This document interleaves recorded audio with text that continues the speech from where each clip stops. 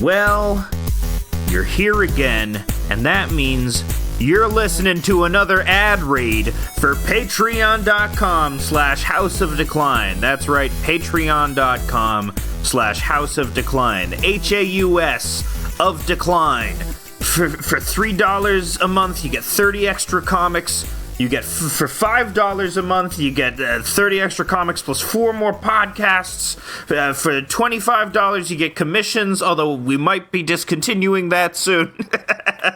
After recent events that I will not talk about because they're boring.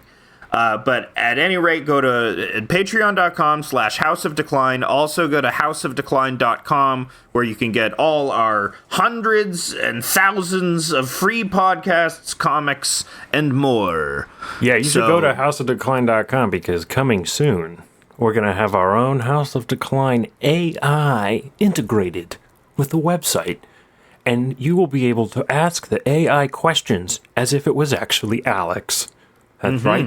I'm gonna implant all of his sexual memories into an AI.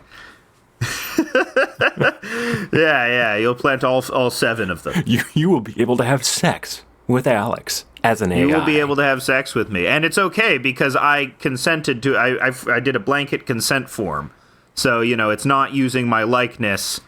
Without consent. You will be having consensual sex with this AI version of me. Well, you have to use a blanket consent form because all of these things are taking place under the sheets. Yes, the AI is housed in like a big square robotic casing, and you have to put your genitals next to the pleasure node. Yeah, nodular. It's nodular. It's nodular, yeah. That's what we say. And, it comes apart, too. You can put it in different forms, so it's modular and nodular.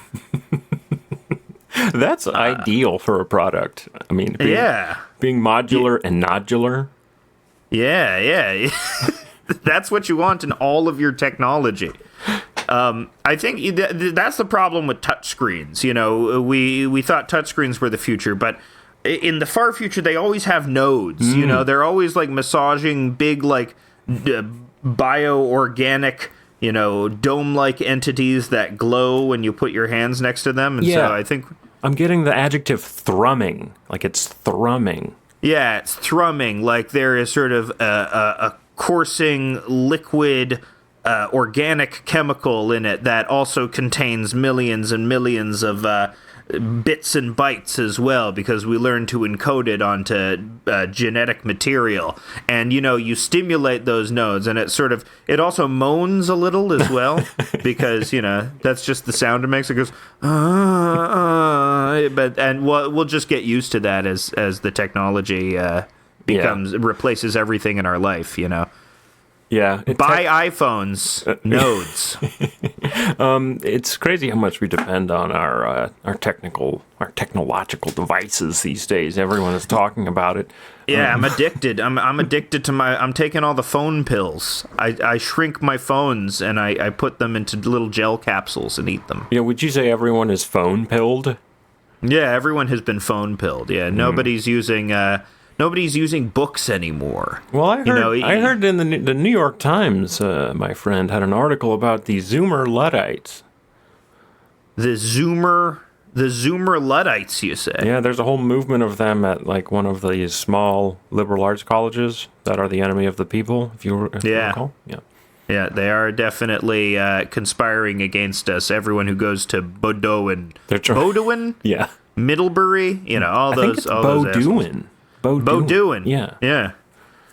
So at Bowdoin College, they have their cabal of Luddites. They're doing Ted Kaczynski stuff. Yeah. They are trying to do, I don't know, farming, maybe? Sure, that sounds good. I mean, I encourage people to learn how to farm. That's a decent skill. Oh, yeah, sure. Farming.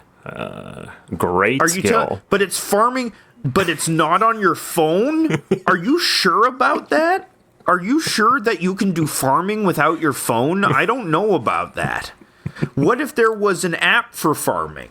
What if you could... There was. Okay, do you know about App Harvest? No, what is that? So that's what they tried to do that here. Well, not here. I mean, by here I mean America. So App Harvest was like a tech Silicon Valley startup that was going to go revitalize Appalachia, I think is how you say it. Appalachia? They were going to go revitalize the mining areas in Appalachia and replace them with basically like Uber for farming. And they were That sounds bad. So I think they were like going to grow tomatoes in a warehouse with gig workers that would, and then you could order a tomato from the farm and it was. You could order a single tomato from the farm and have it in a package. Guess what? Didn't work. It didn't work out. No. Basically, this is all sourced from the Trillbillies Workers' Party podcast. So if I get a detail wrong, go yell at them, not me. Shout out. Love those guys at that They're podcast. great. My favorite fucking podcast is Trillbilly Workers' Party. And anyway, apparently the deal was that these people who set it up were expecting like these southern states like Kentucky to legalize marijuana, and then they were going to just like kind of stop growing tomatoes and start growing weed, and that did not happen. So Well, I think so. It was called. You'd think App Harvest would work. An app based in Appalachia would work because that's where they're from. It was named after its apps. That's why it's called that. There are naturally growing apps on the trees there. Actually, that's what they were mining all those days. It wasn't coal. Coal is like an app. It's just an app, really, when you think about it. Helps you do something more effectively, quicker. And, so they were... but now they take those apps and they put them in gel capsules, and I'm addicted to them. Yeah. If there's anything, we know how bad the pill situation is in Appalachia as well. So it all comes together. It all comes together, really. Was it called App Harvest because it was an app or because it was geographically situated in Appalachia? both, my dude. Whoa, that's so clever. That's nuts. I know. They're geniuses. I think the founders basically came up with the name and nothing else. I like the idea of coming up with the name first and then going, what could it be? What could it be? Yeah. I think that's a joke from the Dilbert television show. Which you have an I'm a huge fan. encyclopedic knowledge of. Noted fan of the Dilbert TV show. Yeah, in the first episode, they're pressuring him to come up with a name for something, and he comes up with the Gruntmaster 5000, and then they later turn it into an exercise machine. They figure out it's going to be an exercise machine. And that's the overarching first season plot of the Dilbert television show. But today is sort of a sad day, but also a good day, because things change and things move on. But Steven, something's happening with you. Yeah, I have some bad news. This is going to be my last episode. Except for the bonus episode, which you could get if you go to patreon.com/House of Decline and subscribe for $5 a month. You can hear my actual last episode, which is going to be wild and raunchy, and we're going to have sex with the Alex AI on live. It's just gonna. All the Alex AI shouts is "I'm a little boy, I'm a little boy," over and over again. I'm just a little boy. That's what it shouts out. We had to train a new voice model, like a whole text to speech voice model to sound like that. It's my It's because he loves Swan so much. Well, it's my swan song. I mean, it's my swan song to House of Decline. Is this AI that you can have sex with that has all of your sexual experiences in it? Yeah, and repeats the lyrics from the Swans album "To Be Kind" and just says, "I'm just a little boy. I'm just a little boy." That's what it says. Yeah, so that's why you got to go subscribe on patreon.com/House of Decline. That's HAUS of Decline. You can also hear the back catalog. There's 50 bonus episodes with my sweet, sultry voice if you need more Steven. Yeah. But listen, folks. I'm having another baby. Woo, woo! And that's why we're happy. That is why this is actually a nice thing. But I need my time. I gotta get a job so I can pay for these kids. Pay for these goddamn kids. Yeah. I gotta get a job and pay for these kids, Alex. Okay. I'm sorry. I gotta get, and then I'm gonna have no free time except the weekends, and I gotta do stuff like feed the baby, change the baby, pat the baby on the back, you know, put the baby on the tummy for tummy time. Yeah, you can't do that while podcasting. It's very difficult, and like I don't have a sophisticated enough gate that can keep out the baby screaming while I'm talking. The baby gate, right? Yeah. Yeah, you need an audio baby gate. An audio baby gate, not the one that keeps them from falling down the stairs. That's right. Of which we have many. We have many baby gates. No, but my whole life's different now. You know, it's crazy. Yeah. I have to do a lot of baby stuff because right now we have a 1.5-year-old, and so we're gonna have 2 under 4. I believe is a term. It's a baby term for online baby people, which I gotta say I don't really get into that community.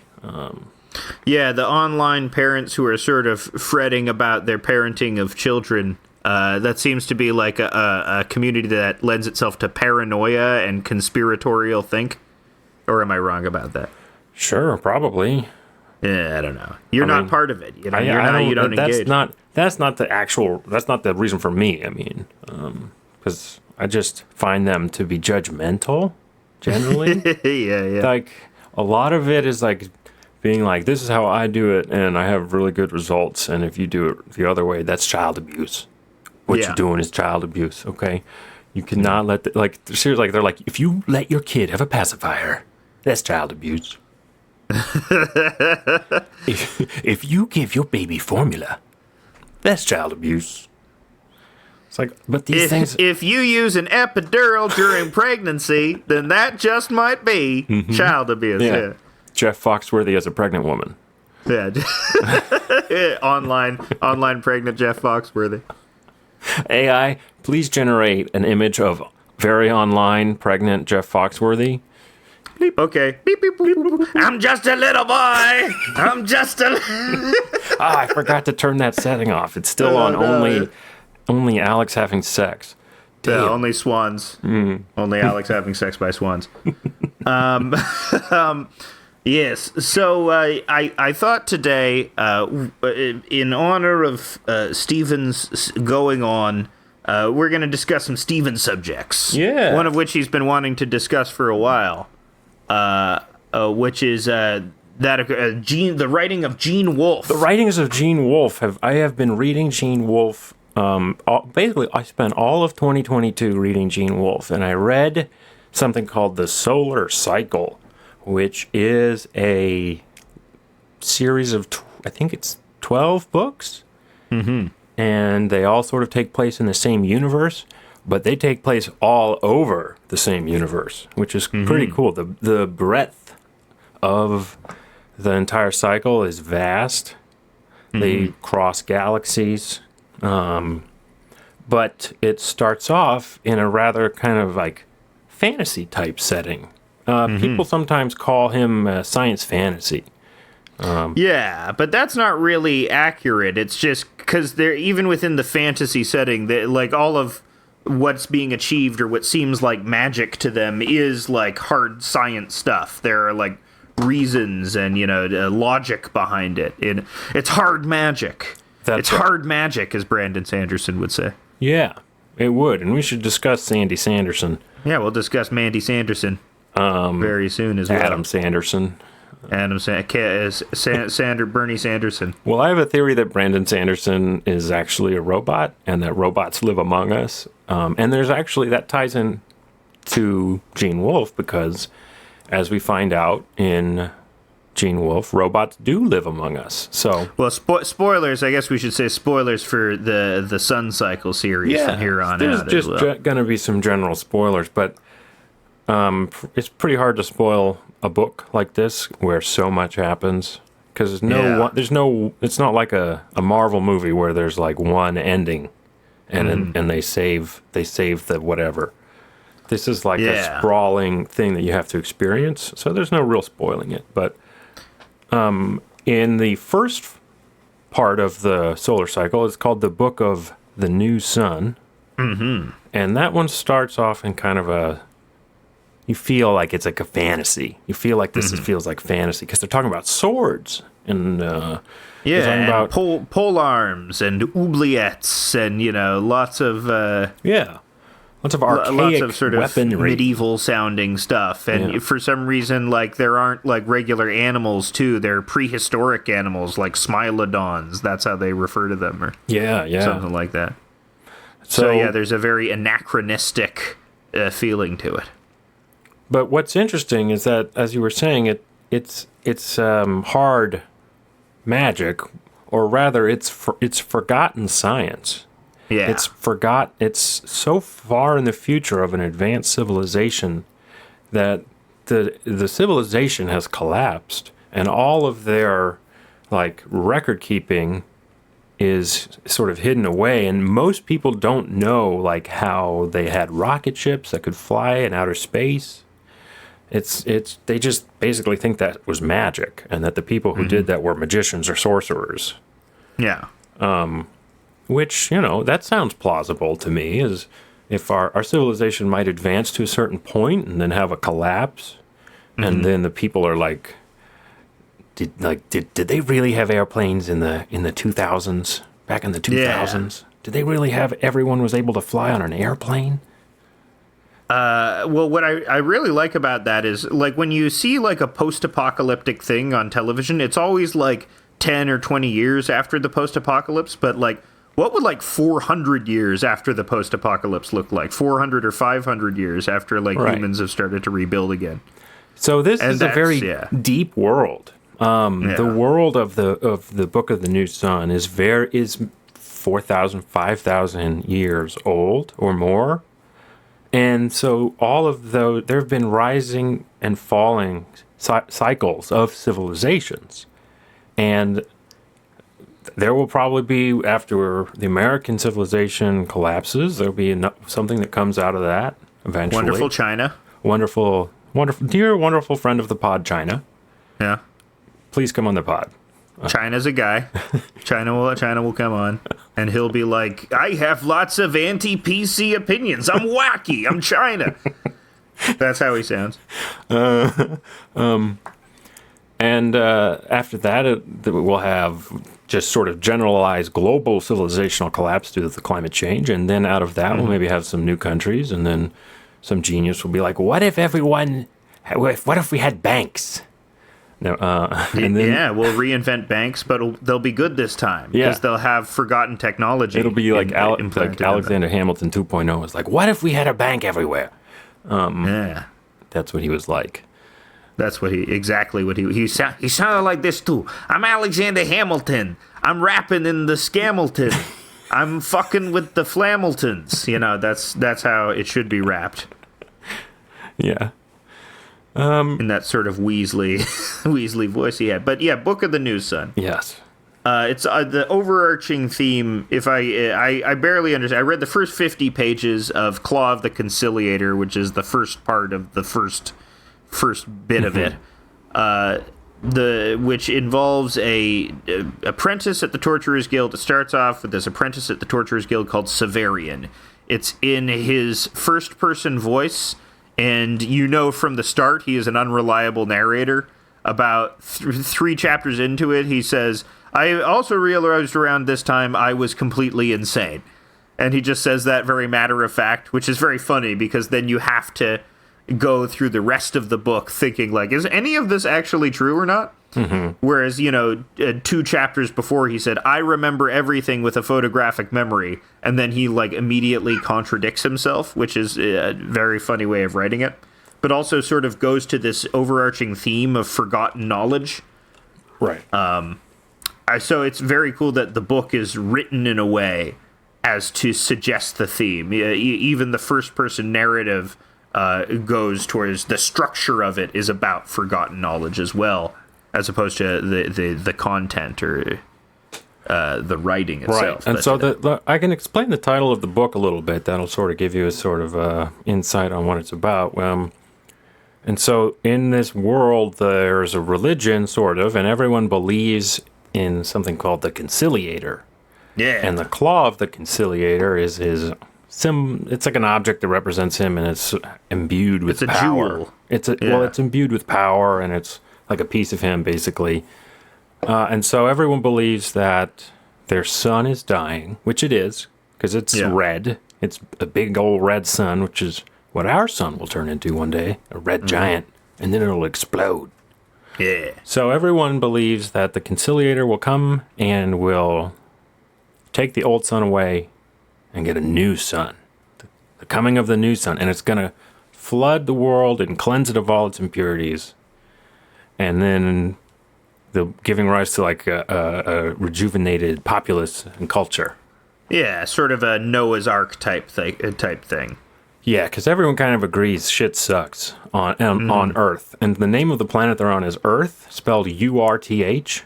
Yeah, Earth. So I think Gene Wolfe's kind of making it clear here that this is potentially an allegory. Yeah, I think that you might see a little parallels between Earth and Earth if you're being clever. Yeah. I mean, Gene Wolfe, it should also be mentioned, is very Catholic. Yes. So that informs a lot of the sentiments in this book. He is, but I believe he's sort of like into mysticism. And Catholics who are into mysticism like to get weird with it. Yeah. They get real weird with it. And sometimes they love fun. Skeletons. Yeah, they do. Yeah, they're always collecting bones and shit. Oh, okay. You know, ossuaries, putting them into ossuary. And there's lots of bones in this book. Right, you know, like beneath Paris. I guess those were all like old mystics who were like, we need to bury all the bones. Yeah, we need to do the bone magic. How can you not have Catholic bone magic? You know, talk about forgotten knowledge. It's the Catholic bone magic. Anyway, the book sort of begins, and Severian is basically he saves the life of a revolutionary, right? The first part of the book is he's wandering around this cemetery, and he comes across some grave robbers who are robbing a body, and they don't know why. And the leader of the group is this revolutionary who wants to take down the autarch. Yeah, Vodalis. Right. Short for Vodalarius. And the autarch is like the one main leader of the whole planet Earth. Actually, no, that's wrong. He's the one main leader of this country. There's other countries on Earth that are not led by. They're going to have a war with one of the other countries, actually. Yeah. But he's sort of the representative of Earth when they start interacting with extraterrestrials who eventually make an appearance. There's like these extraterrestrials that end up showing up, and they're like, oh, we're the ones actually controlling everything. Oh, hello. We're aliens. We're called the Hierogrammates, and we're controlling all of Earth. And we have to wear a mask because we're too ugly, because if you see us, you'd scream and have a breakdown. It's very funny. They're very polite. They're angels. It's angels. Right. They're very polite. They're like, we have to put this mask on, because if you saw our true nature, you'd scream. You'd poop yourself. Was he influenced by like H.P. Lovecraft or cosmic horror in that way? That's a good question. I don't know. Maybe. I don't know. Because I would compare it to Elden Ring, or I'm sure George R.R. Martin loves Gene Wolfe. I'm sure he's read Gene Wolfe. Yeah, and let me tell you, I was playing Elden Ring and reading these books at the same time last year when they came out, when Elden Ring came out, and I had a blast, and it reinvigorated my love of fantasy and sci-fi, because I was like, holy shit, there's a guy who's really, really good at writing, who's doing science fiction and fantasy. Yeah. I didn't know there was a guy like this. It's really good, because you see it in Elden Ring. There are sci-fi elements to it, where usually when something in fantasy, something comes from sort of magic or some sort of pagan earth force or something like that, but in this version, people are manipulated by the stars. You know, there's some sort of calamity from outer space that is affecting the way humans are, or affecting the real power flows of our planet. So there's this acknowledgement that we're very small. The sort of terror of cosmic horror breaches into this book as well, which I think is funny coming from a Catholic. You know, what if God wasn't this sort of benevolent force? What if God was an alien that, or like, or something knowable as an alien is knowable? Yeah, I don't think they're not God. They're created by God. I mean, ultimately, they are Catholic works, and there is some, like, Judeo-Christian interpretations you can make of the text. You don't have to read it that way, but you should be aware that other people do. But this becomes much more apparent in the Book of the Long Sun, which is the Giganto series sequel to the Book of the New Sun. And in the Book of the Long Sun, it's taking place on something called a generational spacecraft. Yeah. And this is a trope that has been done by other writers. I think Kim Stanley Robinson has a book about a generational spacecraft. And the concept there is, it's sort of what it sounds like. It's something you're going to be riding on in space for like 100, 200, maybe 300 years. And so there's going to need to be generations of people living on it. Yeah. Which is a fun idea.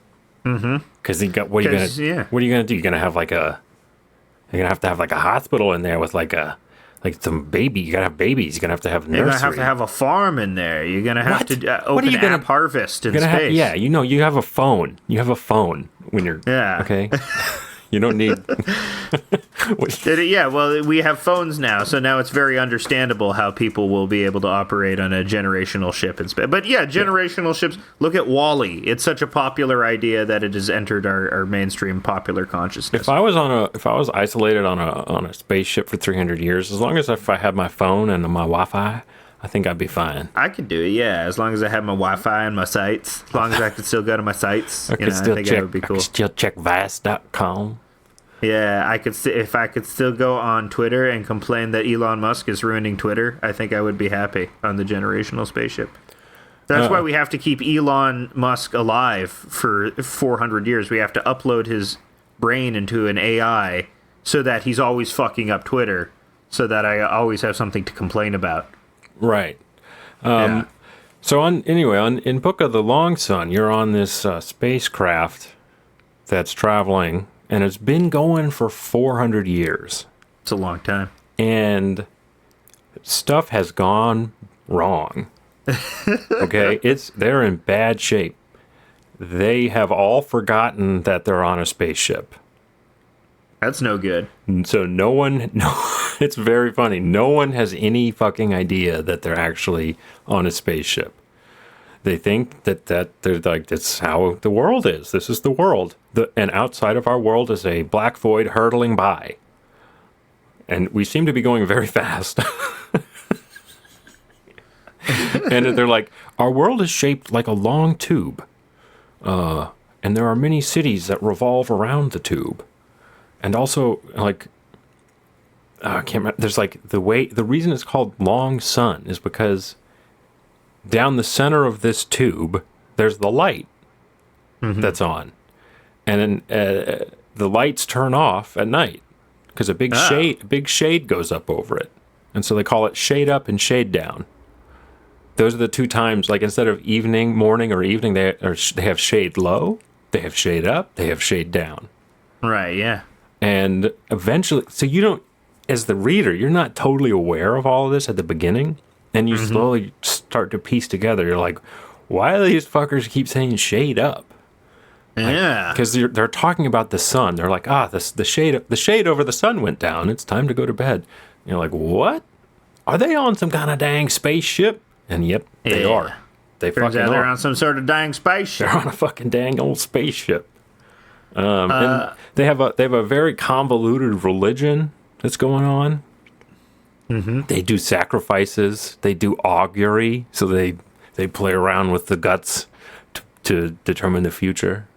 Yeah, that's a fun thing to do. And they believe in this pantheon of gods. They're polytheistic. So they believe in this pantheon of gods who all used to appear on something called a glass, which is a TV, a monitor. And so the gods used to appear to them on these TVs, but they've stopped appearing recently. But it turns out the gods are Gilligan's Island, right? That's the twist at the end. Is the god? Yes, you have the what? You have the professor, you have Gilligan, you have Yes, dude. How did you know? So then, Wait, is that actually true? yep. And so then it's the professor, it's Gilligan, it's the captain, it's the two Yeah. ladies, and then the rich old Ginger couple, and Marianne, yeah. the rich old couple, as Yeah. well. Do you remember their names? The rich old couple. No, I don't remember the rich old couple.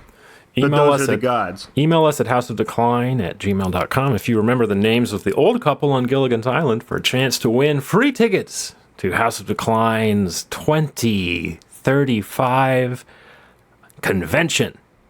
Yeah, yeah, you can win tickets to that. We're going to have a convention in 2035. It's being announced now. That's the secret reason I have to take off from the podcast. I have to go prepare for the convention. Plan the convention, yeah. I have to prepare plan for the Decline convention. Con, yeah. For ClineCon. We're going to get all the top Decline celebrities. We're going to get every washed-up has-been. We're going to get Rob Schneider. We're going to... We were going to get David Gilbert Spade. We're going to get Gilbert Gottfried, but of course, then tragically he died. I mean, being died is really being the ultimate form of washed up, right? You know, that guy can't book a job anymore. He's dead. Yeah. You know, he can't even book a corpse on Law and Order, and he is a corpse. You know, how embarrassing is that? Can't even method act as a corpse. I think that's what you should be allowed to do. If you have a recently deceased person, you should be allowed to like put them in a few episodes of Law and Order to make some cash. I love cash. Yeah. I love that thing. Let me tell you, cash money, one of the best things that you can have, you know. Yeah. It's better than a steak and a blowjob, is what I always say. You ever have those at the same time? I was thinking about stuff like that, and I was like, I don't think I would want them at the same time. Would you balance the plate on the blower's head? Listen, I don't want to be doing much else besides focusing on that, okay? Yeah. It would be, I feel it would be a pleasure overload. Like, I don't want to permanently associate steak eating with getting my dick sucked and ruin my appetites like George Costanza in that it's one a George episode. Costanza move. It's trying to be a hedonist. Yeah. You know? It's like when Jerry is... I really identify with Jerry Seinfeld when he talks about why he doesn't want to do a threesome. Yeah, like, because he has to get oils and I have to sheets. start wearing necklaces. I can't do that. I'm not an orgy guy. I have to be an orgy guy. Yeah. There's a whole lifestyle associated with it that I don't need any part of. I'm a little bit too anxious to be an orgy guy. Yeah, I'd be nervous if is everyone being served? Is Am I everyone serving okay? everyone adequately? Are you doing okay? Are you having a good time? Yeah, just constantly asking, just staring them directly in the eyes. Because if you're uncomfortable right now, it's okay to tell me if you're uncomfortable. You know, because I'm multitasking here. But you know how you can't really multitask? You can just switch your attention from one task to the other really quickly. And yeah, you know, so that's maybe why I'm not performing. I'm sorry if I'm not. I'm sorry I'm going soft in you right now. I'm sorry. No, it's okay. I prefer that as the sensation. I prefer the sensation. Yeah, it's like a little wiggly guy. Of a shrinking worm. Yeah, shrinking worm. That's what everyone wants in their hole. Sure. Yeah. Hey, if it's one of those sour bright crawlers in my mouth hole, sign me up for that sour sweet treat. Yeah. Would you ever put sugar on your penis in an effort to make it more appealing to whoever would be blowing it? Isn't that the joke about dogs and peanut butter? Oh yeah, that is the joke about it. But that is. Those people that's bestiality. That's sort of sick. That's sick. Like a very common joke. It's a sick joke. I guess because of how often people did it. People just made that decision one day. They say, hey, the dog licked my penis if I put peanut butter on it. Well, they say there's always some guy from like the UK saying that about someone else from the UK because of some kind of weird national association, you know, like the Irish or the Scottish. Yeah. And they're sheep. Yeah, they're always putting... But sheep, there's no stereotype about sheep eating peanut butter off of penises. No, but you have sex with the sheep. Right, yeah, you don't need to entice it because they're so docile. Yeah, they eat the grass. They don't eat peanut butter. You can't get a sheep to eat peanut... Can you get a sheep? You can probably get a sheep to eat peanut butter. I really want to YouTube sheep eating peanut butter videos right now. Yeah, that sheep would be crazy. He'd be licking shit off the roof of his mouth. He'd be wilding out. He wouldn't be able to do shit. Yeah. I want to look up videos of monkeys eating peanut butter. I think we've established that it's very amusing when different animals try and eat peanut butter because it's sticky. It's too goddamn sticky. Yeah, did you hear the news about peanut butter? Peanut butter was in the news lately. Did you hear this? You folks hear this? What's this about peanut butter? Peanut butter's in the news lately.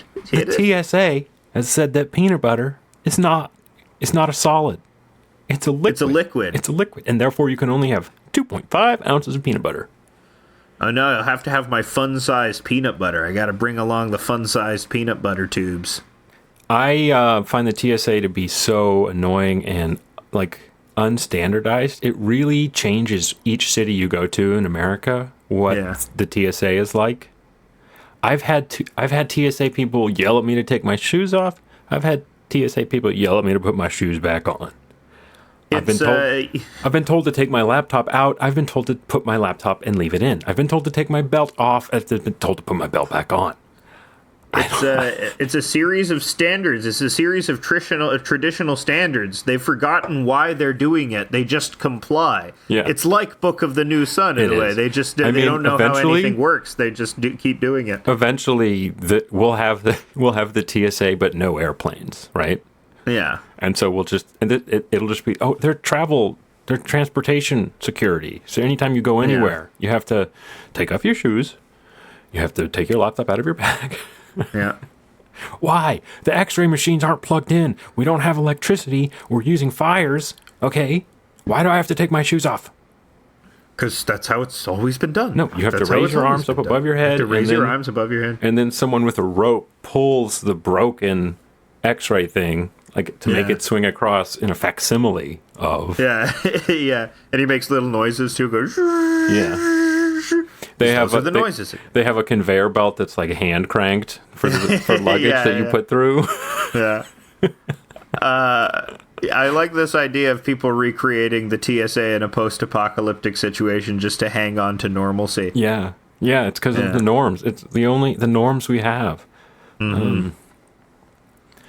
So cannot forget the norms we have. What happens so there's Book of the New Sun, there's Book of the Long Sun. Right. Book of the Long Sun is so what you find out eventually is that as I said that the world was dying in Book of the New Sun.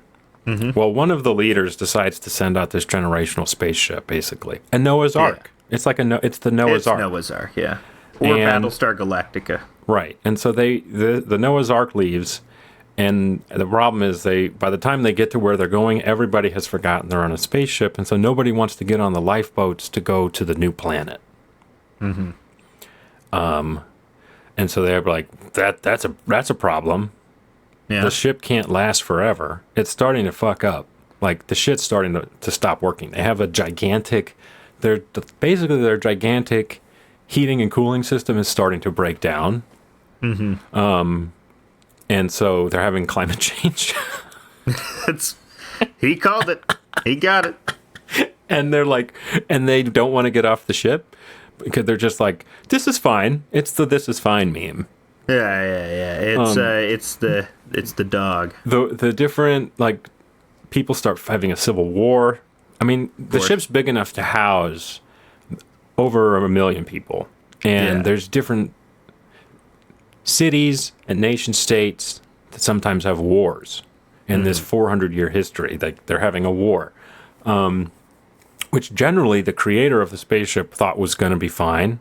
He kind of predicted that would happen. That's kind of built in. So he made robot automatons that live underground that can come up and fight if need be. Sure. But what happens is one of the people from this religion where they're sacrificing and doing augury basically becomes a prophet and starts leading the people off the spaceship to the new world. Mm-hmm. And so that's what happens at the end of this. You know, I just basically summarized 3,000 pages of, really dense sci-fi. But basically, he starts getting people off, and some people make it to the new planet, and some people refuse to leave. Yeah, I mean that's sort of like it's interesting that it's Catholic text, because it's sort of like anti-Catholic in a way, that it predicts that sort of an evolution of humanity. It's someone who is anti-traditional and provides, but at the same time, I guess it's also having faith in the initial intentions of the creator as well. So right, maybe positing that you can only evolve by adhering to the faith of the initial intentions of the creator. The reason that the second series is more sort of, it's more obvious where the Judeo-Christian interpretation comes in. It's because the prophet basically is like, realizes there's one God. There's not a pantheon of polyistic gods. It turns out those are not really gods. They're just the people who were really rich on the earth. Like they were just rich people, like the aristocrats and the one, like the last shitty autarch who was like horrible. It's not Severian. It's a different Severian guy. Isn't the shitty autarch. No. Severian turns out to actually be the conciliator. So spoilers, which we announced. Severian is the person who brings about the new sun. Now, if you ask me exactly how that occurs, I could not explain it very well because it gets really complicated and I have to read it again. Yeah. And that's kind of stated, I don't know if you got to that part, but that's kind of stated in the book, which is like, you only will understand this if you read it again. So I do still have to read it again and complete it one more time, which is probably going to take another year. Yeah, it's a long cycle. I'm really only interested in reading the Book of the New Sun again, though, not Long Sun. Long Sun's good, but it's even longer, which maybe he did that on purpose. It also sounds like it is less fantasy-y and more sci-fi-y. It's more sci-fi-y, and there's some of the religious stuff that's a little annoying. Because he basically, I mean, he lets himself slip only one time, really, that I found annoying, when I'm like, okay, you're I can see you being Catholic right now. What is it? Is it about confession? Is it no. It's just like about God being real or whatever. Sure. You know, I'm like a 2012 cringe Reddit atheist, right? Yeah, so am I. Yeah, it's cool. It's cool again. Yeah, it's coming back. Listen, it's coming back. It didn't used to be cool for a while, but now it's going to be cool again. It's going to be cool because we like feminists now. Feminists are good. There is no Gamergate. There's no Gamergate this time. That's right. There's no Gamergate this time.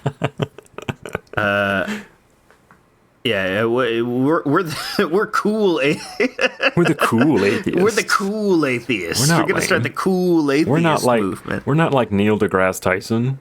No, we're not like Christopher Hitchens, who tried to get 1 million Muslims killed and then succeeded. We don't do that. Yeah, we're not like Sam Harris. Sam Harris, who tried to get 1 million Muslims killed and also succeeded. Yeah, they that was sort of the band of atheists who were like atheists about Muslims. Yeah, they really hated Muslims. It was really weird too during that time where, even in like Hitchens' book God Is Not Great, I think he states outright that he finds Islam to be the greatest threat to civilization, which is that's an odd thing. More than Christianity. That's odd. That's a very odd thing to think. I mean, because like Protestant Christianity is arguably responsible for poisoning the earth to the degree that we can't live on it anymore, because of sort of that ideological "I take what I please" mindset. Yeah, that's the Cartman "I do what I want." Yeah, religion. I do what I want. Yeah. Yeah, or the Danny McBride character, you know, I take what I want and I am rewarded for it. You know, that's that sort of Protestant mindset awesome. Right there. Yeah, because I am cool and God is on my side. Yeah.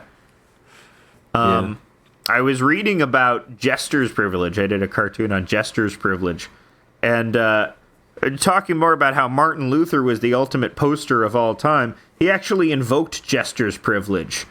Especially when he said that cheekily that priests should break their vows and have sex. You cannot accuse me. I am Jester's privilege. I am Martin Luther. I am funny about how intensely weird I am.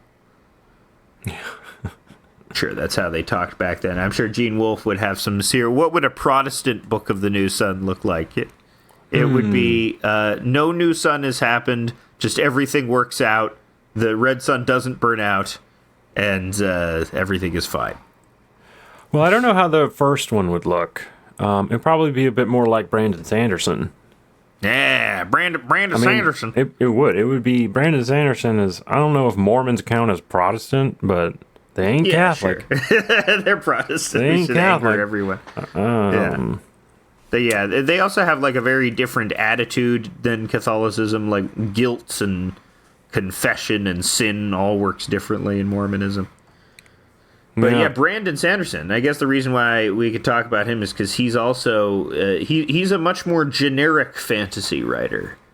And but that's why people like him, is because it's sort of this fast-moving, easy to understand, your classic fantasy tropes, classic Dungeons and Dragons style fantasy tropes about heroes rising or finding some sort of MacGuffin. You know, and you know the way they're written is one thing about Book of the New Sun. As I was reading it, is how like it feels almost like picaresque in a way. It feels as if it sort of free flows from one thing to another. While there is a linear plot, it feels as if you're watching vignettes as opposed to seeing like a guy's direct journey from point A to point B. Like you're sort of flitting through periods of time at sort of an uneven pace, which gives it a very, I would describe, ethereal quality. Also just like insanely good world building. Like it seems very consistent too. Yeah. The way that everything is put together and the way that it all works together like a little puzzle. A little ticking clock. Yeah, it's very intricate. There's a lot of history buried underneath. It's built on top of, as I was saying, thousands of years of history. Mm-hmm. So you could be an archaeologist and read this book and find things buried in the words. There's in the introduction they call attention to a sort of a one-off line that implies this entire world of rats. Like, so the line is that the rats have developed their own language by arranging their own feces in different ways. and so that sort of one-off line just sort of indicates that, okay, there's a rat universe going on simultaneously. They have little rat Severian with a little rat sword, and he's going to bring about the coming of the new rat son. So that's all going on at the same time. Yeah, and I don't think an idea that weird would appear in a Brandon Sanderson book. Right. But I don't know. I've never read any Brandon Sanderson. Brandon Sanderson wouldn't write that without the purpose of it doing something in the story. This line rats are never referred to again. Yeah. It's just a really cool detail that's added in because he writes for you to enjoy the reading as well as for, Brandon Sanderson was saying he writes for the ending, which means he has to sort of get to the end, and then the end is his bust. He busts his nut. Yeah. And that's it. There's everything leads up to the climax of the plot. Whereas in this book, like early in the Book of the New Sun, there's just a chapter about how our main character nurses a dog back to health. Right. Just to sort of give you an expansion as to what his character is. When the big thing happens, when he becomes the autarch, basically, and he becomes the leader of his gigantic nation, it happens in a completely unremarkable way, and you have to go back and read it to make sure you did he just assume the highest position of leadership in the land? Yeah. And he does, and when he does that, he drinks a magic potion that puts all of the memories of the previous leaders in his brain. And that's a good way of having an autarch. Yeah, yeah. Imagine if Joe Biden could use the avatar state to go imagine back if to Joe different Biden presidents. had everything that Obama, all of Trump's knowledge, all of Obama's knowledge, all of Obama's knowledge, all of Jimmy Carter's, all of George W. Bush's knowledge. Yeah, would know about Gog and Magog hanging out between the Tigris and Euphrates. He would know about. Oh my god, dude, he'd be so fucked if he had that. He would know about barbecue. It's like, he's like, oh god, get Clinton's thoughts out of my brain, please. Please get Clinton's thoughts out of my brain. Man, I was already having trouble staying away from the girls, man. It was already difficult for me. Now I want to do it while I'm eating pizza. I believe that's what Bill Clinton did. He was eating pizza. Yeah, during all the numerous times that he was sexually assaulting people, he was eating pizza at the time. I mean, yeah, I'm pretty sure he was eating pizza while Monica Lewinsky was there. Yeah, him and Boris Yeltsin were eating McDonald's and high-fiving while doing terrible things to some people. That's true. It's true. It's 100% true. It's documented.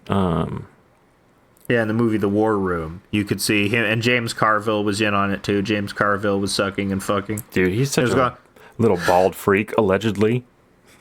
Now what you gonna do is gonna get down on my penis here, Cajun style. Cajun style, he would gonna get those numbers up. And what's it? Let the bon ton roulette or something? Let the bon ton roulette all over. Yeah. What did they say? Really they said something about bon ton roulette. Yeah, it's let the good times roll. Yeah, but they say it wrong. Means. So anyway, what were we talking about? Mistborn, Shadows of Self? Brandon Sanderson. There was an article that came out in Wired about him, which was even though he seems to be sort of maligned by the greater writing community because he's a popular like pop writer. He makes books for normies. Let's call them normies. Sure, let's do that. So it's weird, and even with that in mind, this article seems particularly bitchy and has like a weird axe to grind against him, just for the crime of being easy to understand.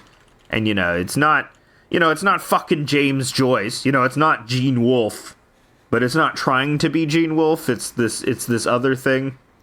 I guess you could say it's akin to Marvel movies, but at least this is just coming it seems like a lot more personal than Marvel movies, which is, I think, something that's in its favor, even though it's weird and tropey. At least it has like somewhat of a unique voice behind it, somebody that is articulating his own world, which I think makes it a hair above other pop media in this regard. I wouldn't know. I've never read Brandon Sanderson. It could be total abject garbage trash. But this article makes me want to read it, which is interesting. But yeah, it's even filled with like weird, like backhanded stuff. Like, it's not that Brandon Sanderson can't write. It's more that he can't not write. Graphomania is the name of the condition, the constant compulsion to get words out, down, as much as quickly as possible. The concept of a vacation confuses Sanderson, he once said, because for him the perfect vacation is more time to write. Vocation as vacation. Also, this article is written terribly, so I don't know if you could criticize someone for their for their lack of successful prose stylization. I mean, listen, I think the writing in the article's fine. Yeah, it's overwrought. It's like the guy was like, I don't have anything to say about Brandon Sanderson, so he made up this whole long ass spiel where he basically says nothing other than he comes off as condescending. Yeah. And I try to take things at face value. I mean, I don't know. The writer of the article says it's a senior editor, so he should know what he's doing. But I don't see how you don't get like a little bit in trouble from. I mean, maybe if he doesn't have a boss, then he's not going to get in trouble. But he did not do the task. He did not understand the assignment. He did not do the assignment. He didn't understand the assignment, honey. It's a case of not understanding the assignment, because, like, that's not what you're supposed to do. Was this supposed to be a hatchet job against Sanderson? He appeared in an interview for it. Here's more from the article. Yeah. At that rate, none of the words could possibly be any good. They'd be right, in a way, and that's what Sanderson agrees with. At the sentence level, he is no great gift to English prose. It's so mean. It's so unnecessarily mean. The early books especially. My God. It says "my God" in the article.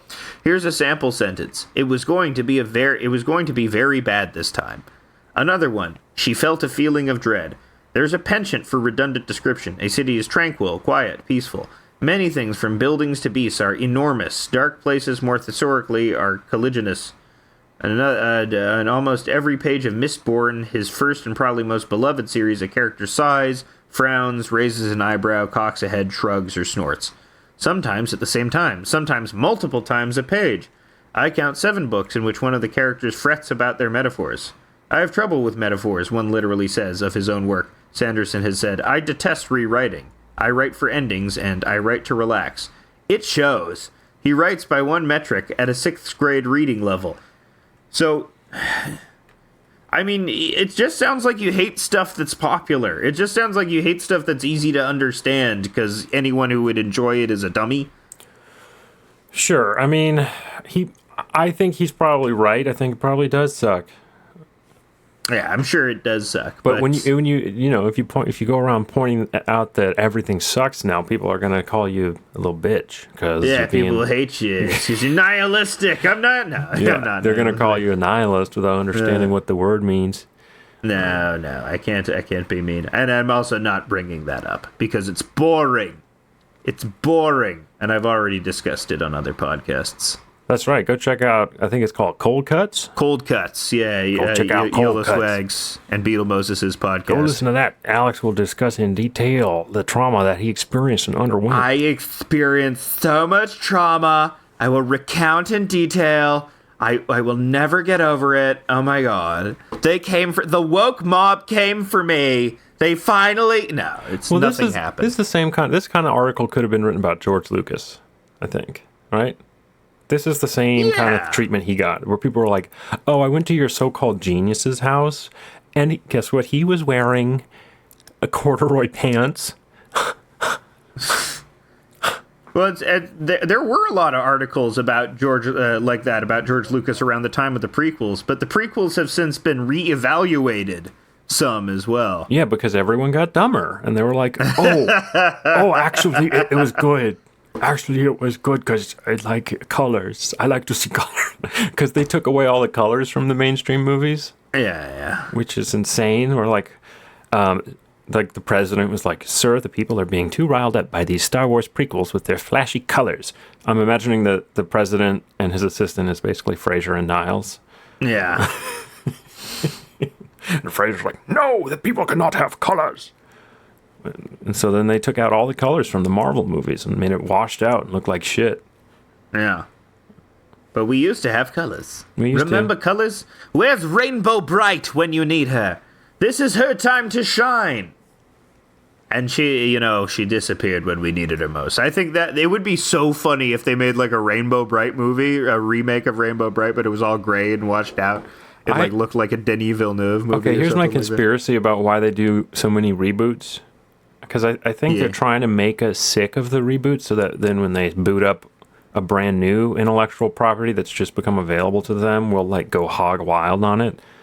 Like, so you're saying they're doing reboot accelerationism? Exactly. They're doing the accelerationism within the cinematic universe of doing reboots. And so now the New York Times is like, guess what?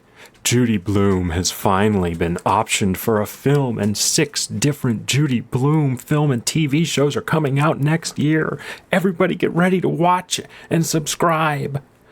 Finally, Judy Blume is gonna be... And it's like, okay, great. I read Judy Blume. I love Judy Blume. She's still alive. She lives in Florida. That's funny. She's got a bookstore with cats you can go visit. That doesn't mean I need to see all of the new actresses and actors and shitty people make dumbed down renditions, but there you go. That's we'll finally get a new Are You There, God? It's Me, Margaret. Yep. But it will be for these TikTok teens. And it will be called Are You There, God? It's Me, Optimism. Hey, I don't know what that means. I thought you said we weren't going to talk about that. No, we won't talk about it. I mean, it's hard not to because it was a very funny thing that happened to me recently. And so funny. Like, I'm not hurt or anything like that. There's no great moral quandary. I apologized. I guess for people that didn't see it or maybe were away on Twitter, I produced something with a guest of the show, Steve, and it was a satirical. It's not even satirical. It's not I don't know satire. what it is. It's a parody.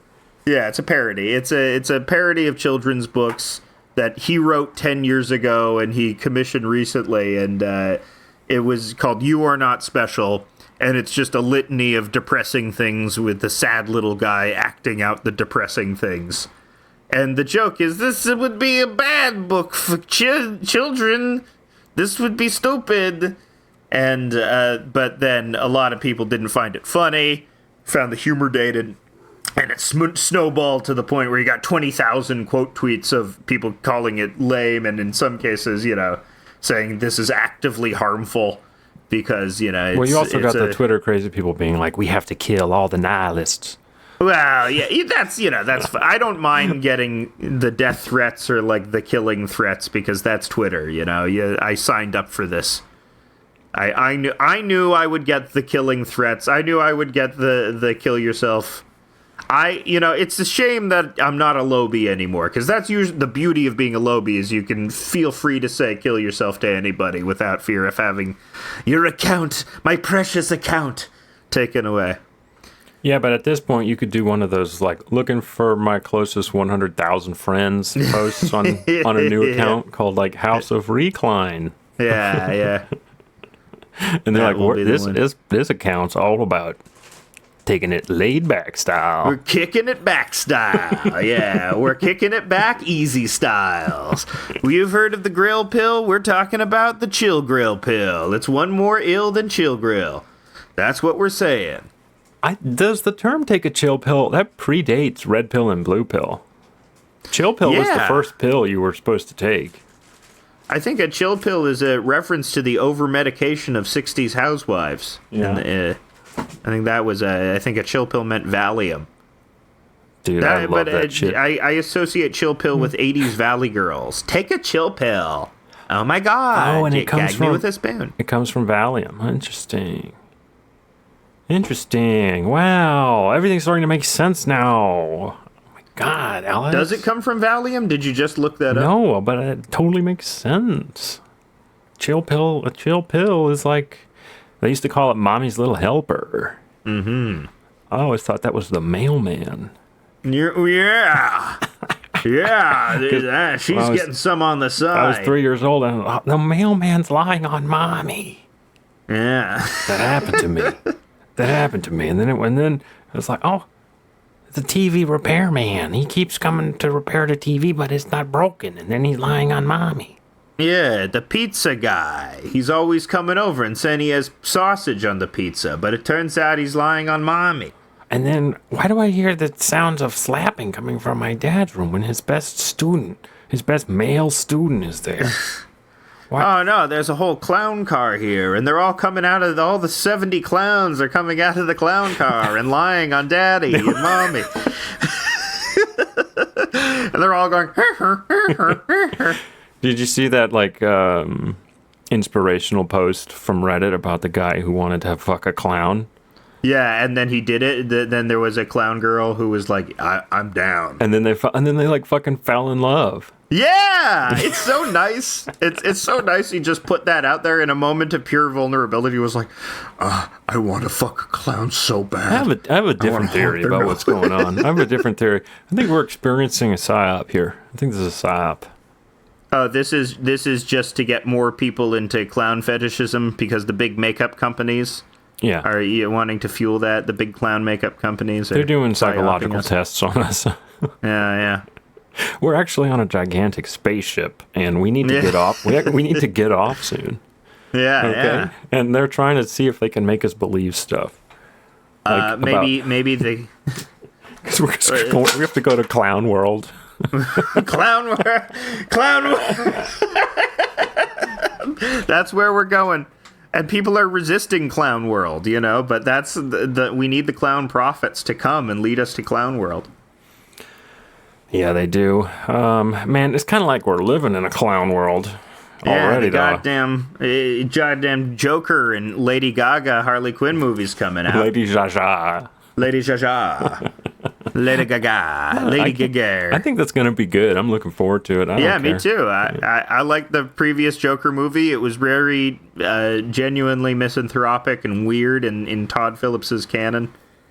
He is a generally misanthropic and weird guy. Yeah, I really hope that they link up with Robert Pattinson, Batman. Because those two, we need to get Joaquin and Robert Pattinson on the same screen immediately. Yes. These are my two favorite actors in the world. And I am not joking. I am not joking here. No, they're the I'm best. not being a joker. Okay? They are my two favorite actors. What's your best Joaquin Phoenix impression? I can't do it. Do a weird guy. What if you're a really weird guy? Say stuff kind of loose all the time. And doing a Joaquin Phoenix. I don't know how think he that's sounds. okay. I'm not sure. I think you might need to go back to school on that. You might go, Joaquin Phoenix school. Sadly, I was only good at doing a River Phoenix impression. No, that's it's sad that he died because you can't do that impression It's anymore. sad. I can't do it. It's too mean. I can do the impression of Keanu finding him outside the Viper room. No, that's too me. Don't do that.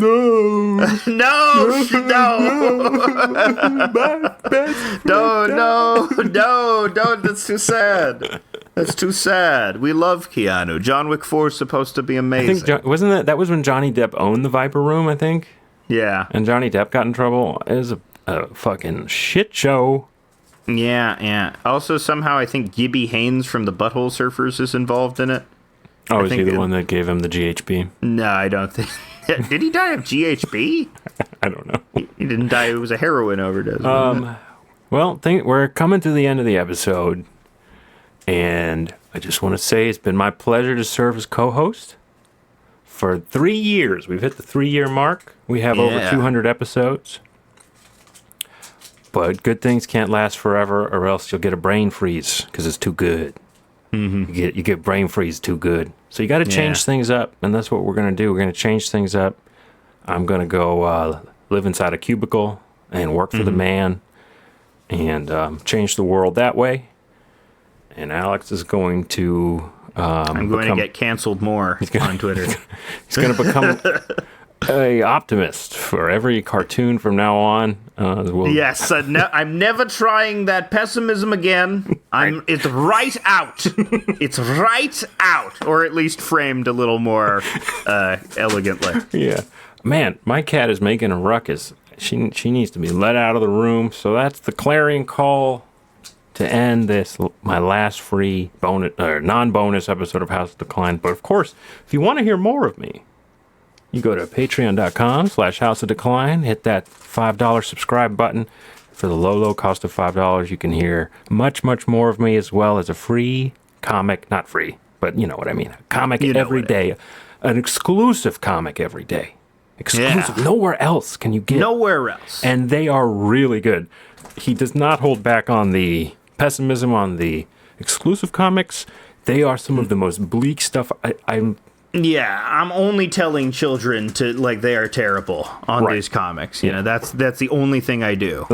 And you often target special needs children. Often target, yes, frequent source of my ire. It's punching I'm just down. Special needs children. It's punching down all the way. All the way punching down. I find as down as I can go, and I punch there. Yes, yeah. It's like Slumdog Millionaire. It's like he's punching that style. Even lower than Slumdog. No Millionaire. I'm just punching Slumdogs all over the place. Okay, one last thing. What about Slumdog Chameleonaire? Slumdog. That's a bit. That's a bit from 2006. That's the ultimate bit from 2006. When did Slumdog Millionaire come out? Slumdog Chameleonaire. Slumdog Chameleonaire. That's sure. Thank you. I'll bow out on a high note. Thanks for listening, everyone. And listen to House of Decline next week with mystery guest.